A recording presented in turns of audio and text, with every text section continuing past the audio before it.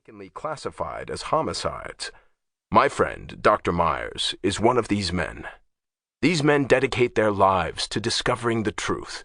They are far different from the partisan so-called expert who gets on the witness stand and glibly rattles off a lot of technical medical terms in order to win the case for our side.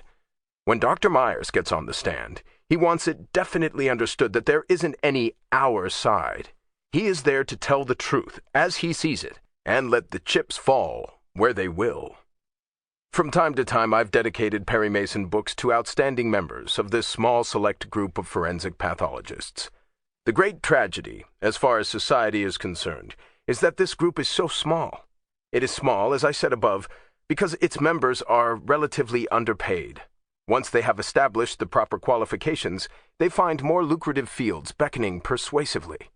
It is far more gainful to become a hospital pathologist than to enter the field of forensic pathology. The only men who remain in this field are those who are actuated by unselfish, unswerving loyalty to the cause.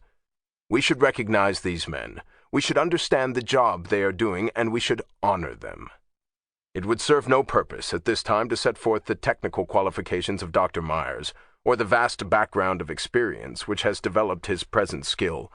His record includes a fellowship in the American Academy of Forensic Sciences, autopsy surgeon in the Office of the Los Angeles Coroner, assistant professor of legal medicine at the College of Medical Evangelists, and associate clinical professor of pathology at the University of Southern California School of Medicine, and dozens of other honors that would fill a full page of this book if I had the space to set them forth.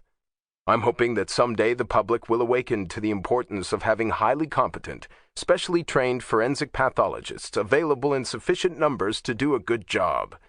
Dr. Myers doesn't care what title is given him, or whether the person in charge of investigating deaths is called a coroner, a medical examiner, or a sheriff, just so that person has available a highly trained, duly certified forensic pathologist and understands enough of the problems of homicide so that the evidence remains undisturbed until the forensic pathologist has a chance to evaluate it. This is a good philosophy. It means a lot more to you and to me and to our loved ones than we seem to realize. And so I dedicate this book to my friend, Richard O. Myers, M.D., Erle Stanley Gardner. Chapter 1. Sue Fisher had to sign the register in the office building elevator because it was Saturday morning, and all of the offices were closed.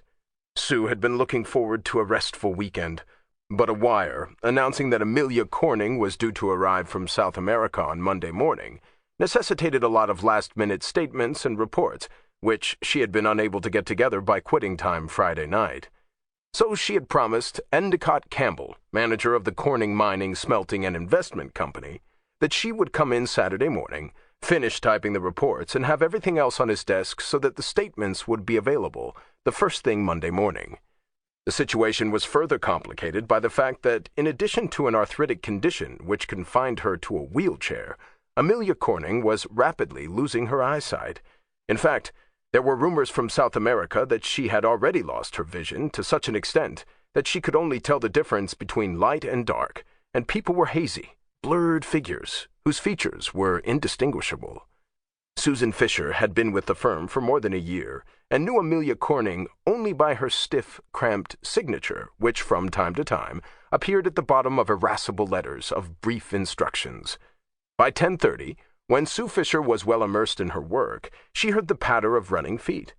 Then the sound of knuckles on the door and a childish treble saying, "Oh, Miss Sue, Miss Sue." For a moment, Sue Fisher's face softened. Then she frowned with annoyance. Carlton Campbell, the boss's 7-year-old son, worshipped the ground she walked on, and Sue, in turn, was strangely drawn to the youngster. But Elizabeth Dow, the governess, was, Sue felt, more and more inclined to wish off some of her responsibilities and disciplinary problems on Sue's shoulders. Sue shut off the motor on the electric typewriter, crossed her secretarial office, entered the reception room, and opened the door. Carlton Campbell, his eyes shining with eagerness, held up a shoebox for her inspection. "Hello, Miss Sue. Hello, Miss Sue," he said. Elizabeth Dow, moving steadily and deliberately on her low-heeled, heavy walking shoes, came marching down the corridor.